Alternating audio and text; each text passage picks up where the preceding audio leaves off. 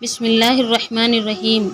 حضرت خواجہ نواب معین الدین چشتی کا اتہاس۔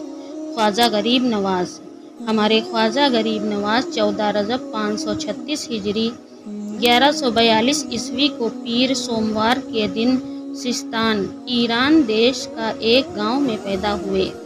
کچھ ودوان ان کی پیدائش کی تاریخ اور جنم کی جگہ کو الگ الگ بتاتے ہیں۔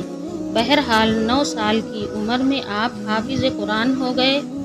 خواجہ صاحب کی تعلیم ان کے گھر پر ہی ہوئی تھی۔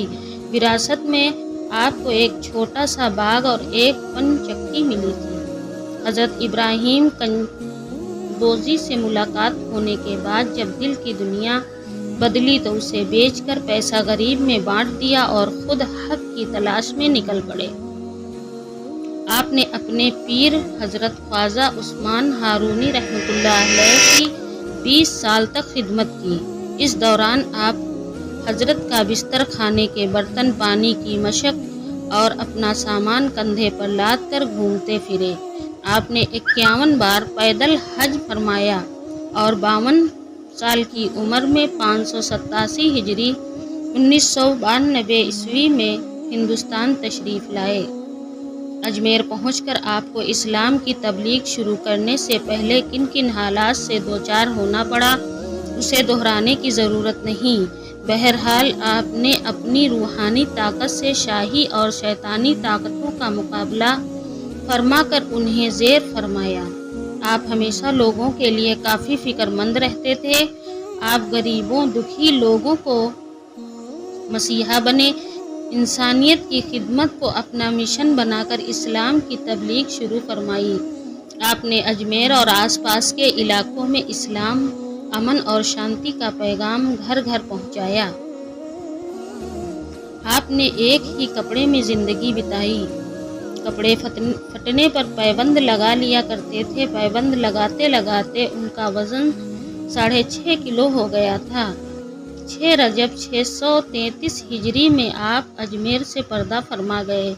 انتقال کے بعد آپ کی پیشانی پر نورانی حرفوں میں لکھا ہوا تھا: ھذا حبیب اللہ مات فی کتب اللہ، مطلب کہ یہ اللہ کا دوست ہے جس نے اللہ کی محبت میں وفات پائی۔ حضرت خواجہ معین الدین چشتی رحمۃ اللہ علیہ کی برکت سے ہندوستان میں اسلام کا نور پھیلا۔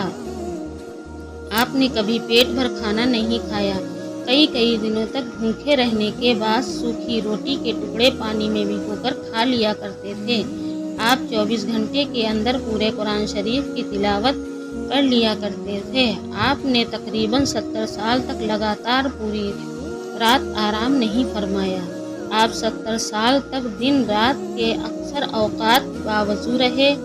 آپ تو ولی تھے ہی، لیکن آپ جس پر ایک نظر ڈال دیتے وہ بھی ولی ہو جاتا۔ کافی دنوں تک آپ استغراق، کسی چیز میں ڈوب جانا، اس کے عالم میں رہے۔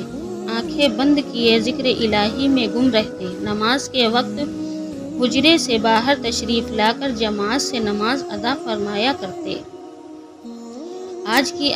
آج بھی آپ کا آستانہ دین دکھیوں اور حق پرستوں کے لیے مرکز عقیدت بنا ہوا ہے۔ یہاں روزانہ ہزاروں آتے ہیں اور فیض پاتے ہیں۔ آج بھی اجمیر کو آپ کے نام سے دنیا میں جانا جاتا ہے۔ سالانہ عرس کے دوران دنیا بھر کے لاکھوں لوگ آپ کے دربار میں دعائیں، مرادیں مانگنے آتے ہیں۔